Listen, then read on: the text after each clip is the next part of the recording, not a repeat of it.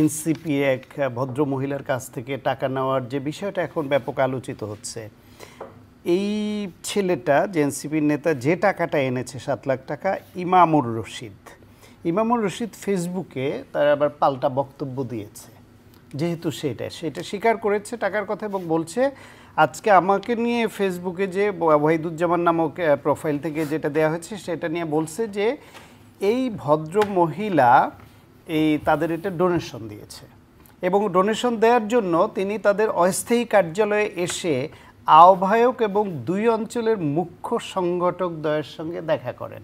তার মানে সার্জিসের যে কথা আসলো সেটা জাস্টিফাইড হয় যে এই এনসিপি নেতাই বলছেন যে এই ভদ্রমহিলা সার্জিস, হাসনাত এবং আহ্বায়ক নাহিদের সঙ্গে দেখা করেছে। 2 মুখ্য সংগঠক তো ওই 2জনই, আর নাহিদ হচ্ছে আহ্বায়ক।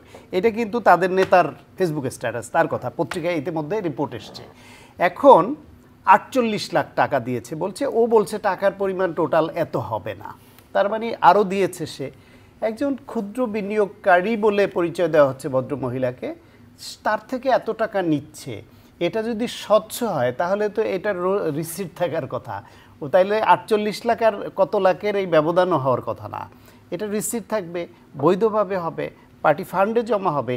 এই টাকাটা তারা কি পার্টি ফান্ডে চেক আকারে জমা করেছে বা এরকম ক্যাশ টাকা কেউ দেয়?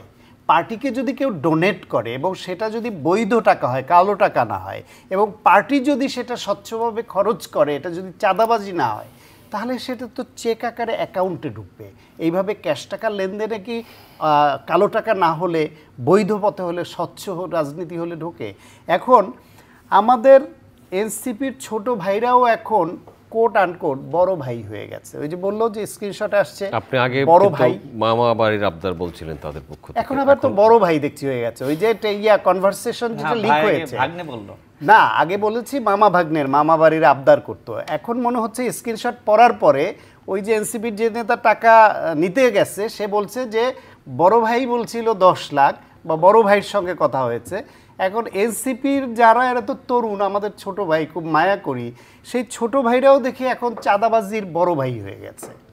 এটাও তো থামাতে হবে। এবার আসেন আপনি মানসিক সংস্কারের কথা।